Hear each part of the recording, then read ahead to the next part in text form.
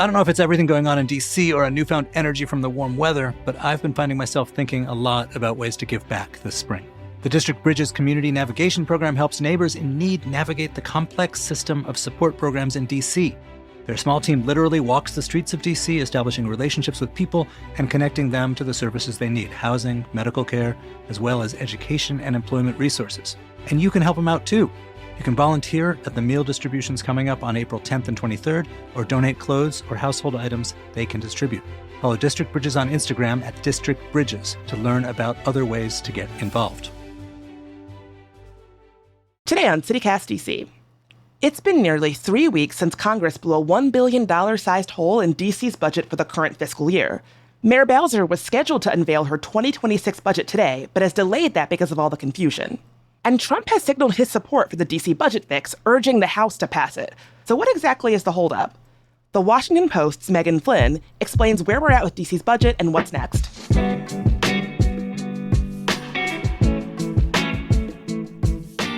Today's Wednesday, April 2nd. I'm Bridget Todd, and here's what DC is talking about.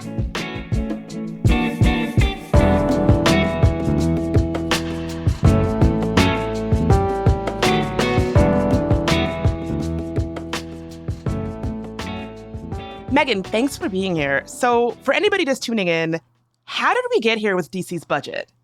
Yeah, so this goes back to the House continuing resolution, the stopgap spending bill that they introduced early this month. And that spending bill was missing a long-time routine provision that allows DC to continue spending its 2025 budget. The effect of that missing provision is that we have to go back to our 2024 spending levels, which is how DC officials note that this would lead to a $1 billion cut. And so the Senate decided that that was not okay and passed legislation unanimously that would allow DC to keep spending its 25 budget. And so we're waiting on to see whether the House will also pass that legislation, though it's yet to be formally scheduled for a vote. So just to make sure I have it, for the past 3 weeks, DC technically, legally, was meant to be operating according to its 2024 fiscal year budget, which was $1 billion smaller. Has the city been doing that? So they immediately addressed this after the legislation passed and said that they're really kind of looking at the 2024 spending levels as a cap. And because we're only halfway through the fiscal year, CFO Glenn Lee and Mayor Bowser said we're not anywhere near hitting that cap. If you think about, you can't spend beyond 2024 spending levels. And so they have not started doing any, immediate cuts or layoffs or anything, especially because they're also waiting to see if the House will simply pass this legislation to resolve the issue. That said they have started exploring contingency plans, though wouldn't provide detail on what exactly that would require cuts down the line. And so that's how they've held off from taking any immediate action. So why hasn't the House passed this bill yet, even when we have Trump basically using Truth Social to prompt them to do so immediately?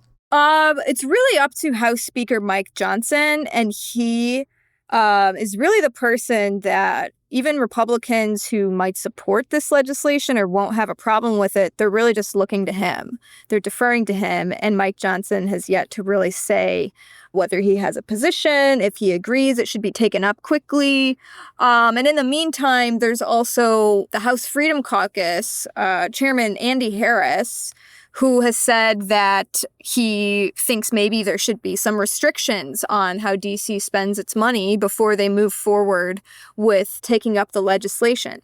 He has not detailed what that means or what kind of restrictions, but it does suggest that there might be this push from, some of the harder right conservatives to put, riders or restrictions on the DC budget through this legislation, although we just don't have any indication yet of what exactly that would look like or whether that's something that he's trying to push to House Speaker Mike Johnson behind the scenes that, perhaps could be, furthering the conversations and causing a delay. But we've not seen any formal proposal about that other than the bill itself, which is simply about allowing DC's 25 budget to continue. So you were talking earlier about how they're basically operating and spending as if this is not real, but there's a cap on how long they can really do that. How long are DC leaders prepared to operate in this way? They really didn't offer specifics on that question. The suggestion was that we wouldn't get there for quite some time, perhaps later in the third quarter or the fourth quarter. But, I don't want to speculate because they didn't really offer any kind of deadline or this is the exact date or thereabouts that we'd hit that. So it's unclear.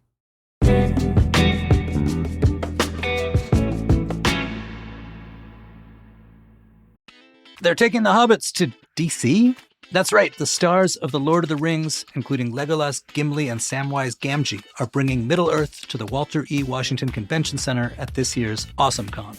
Catch the stars of The Lord of the Rings, The Goonies, Teenage Mutant Ninja Turtles, and so many more of your nerdy favorites at this year's convention. There will also be tabletop gaming areas, retro arcade consoles, and so much more. The show runs April 4th to 6th. Buy your badges now at awesomecon.com. That's awesomecon.com. I've said it before, and I'll say it again. DC's theater scene is so underrated. You may have even heard our whole episode about all the great work happening on DC's smaller stages. And if you need another sign to tap into it, this is it. Mosaic Theater Company brings the DC premiere of Colored Water to the stage, spotlighting one of the most pressing social issues of our time, the right to safe, clean water. The play is set in Flint, Michigan, and follows a General Motors employee on the verge of a promotion when her sister's activism threatens to upend their family's stability. The play is powerful, poetic, and urgent, shining a light on Black women's resilience and environmental injustice. There is no better time to experience theater in DC. Colored Water runs at Mosaic Theater April 3rd through April 27th at the Atlas Performing Arts Center. Get tickets at mosaictheater.org.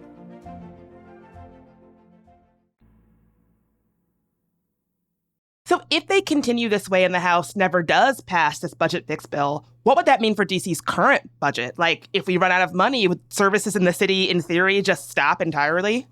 I don't think services would stop entirely. Certainly we would see, or they say that we would see cuts to services because we wouldn't be able to spend beyond, again, the 24 levels. And that would require cuts that they said could impact everything, from public safety to schools to human services.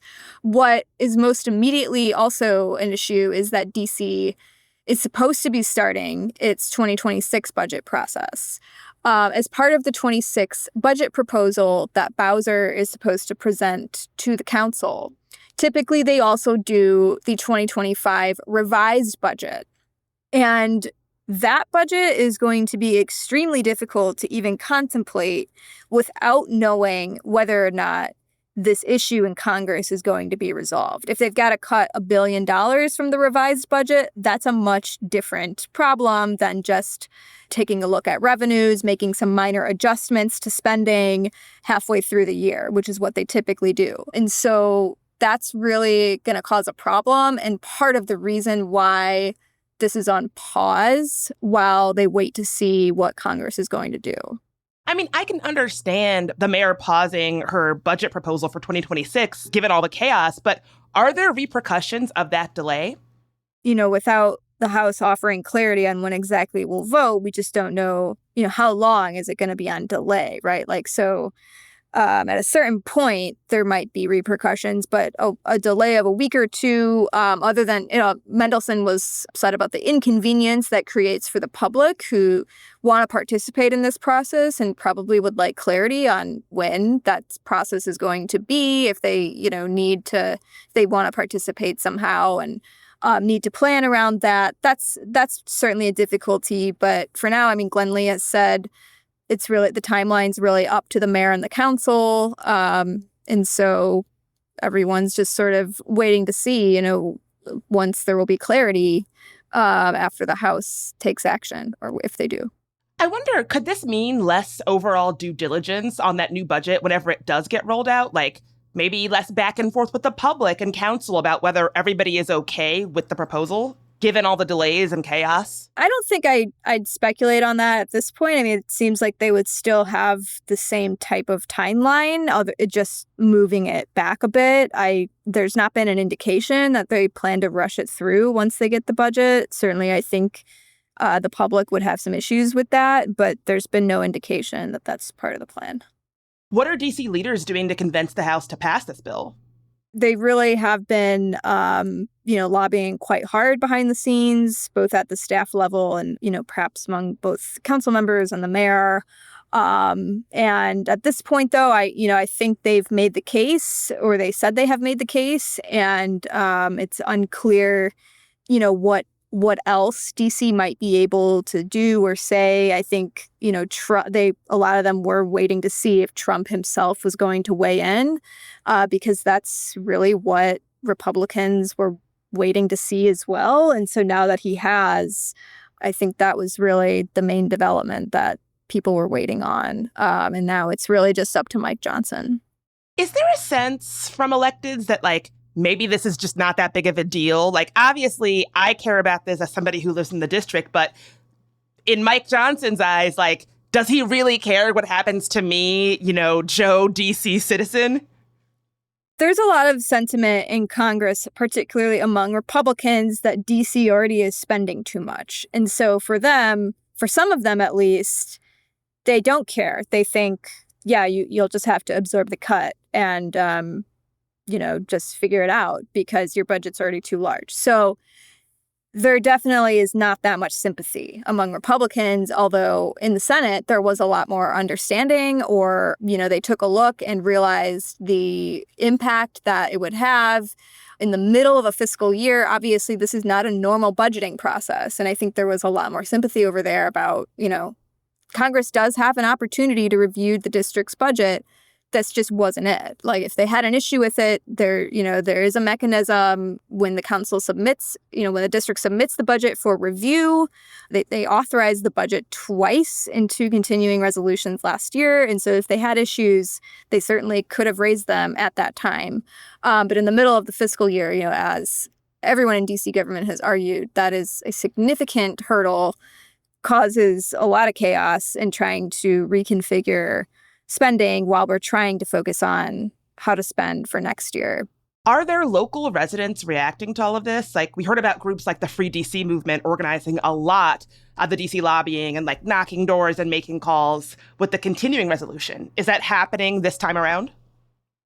Yes, there's dozens of groups that have been lobbying Congress as well, writing letters, Justice Policy Institute, the business community, really across interest and across focus, from business to criminal justice to really all kinds of groups.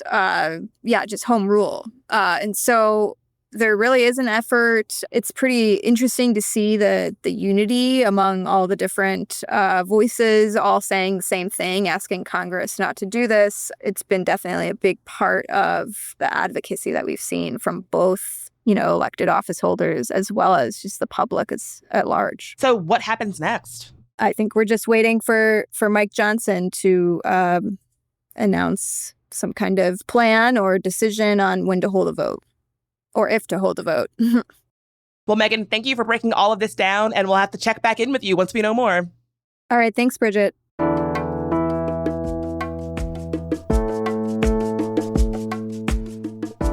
That's all for today here on CityCast DC. If you enjoyed the show, send it to a friend. This is an issue that affects literally anyone who lives in the district. We'll be back tomorrow morning with even more news from around the city. Talk to you then.